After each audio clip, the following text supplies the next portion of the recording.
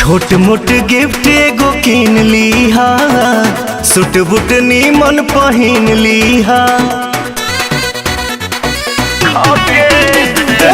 छोटे मोटे गिफ्ट एगो किन लीहा, सूट बूट नीमन पहिन लीहा।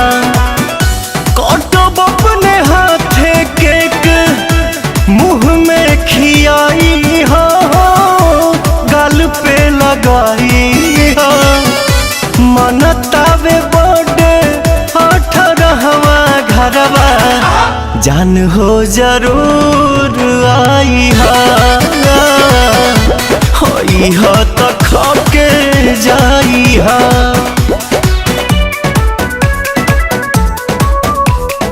खाके जाई हा।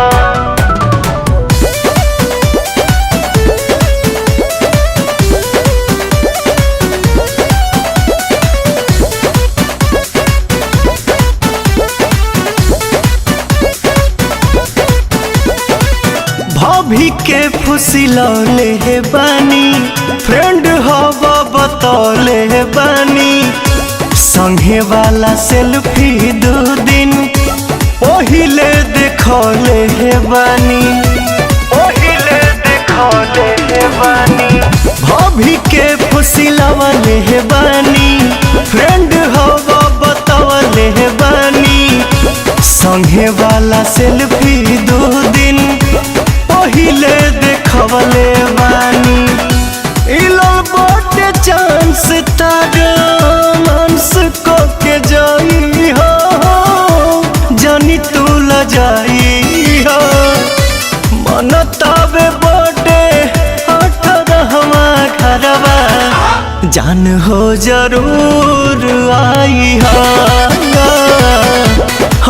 हा तो खाके जाई हा।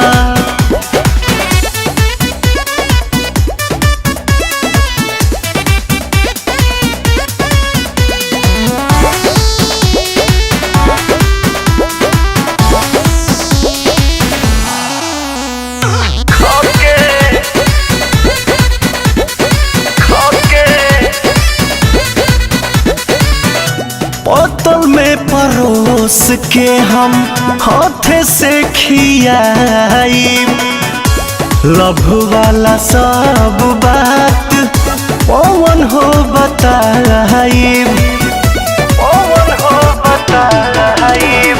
बोतल में परोस के हम हाथे से खियाई।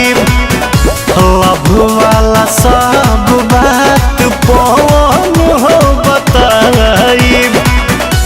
अरुण बिहारी मन के श्रद्धा पुराई हो, जियादा जुड़ाई हो।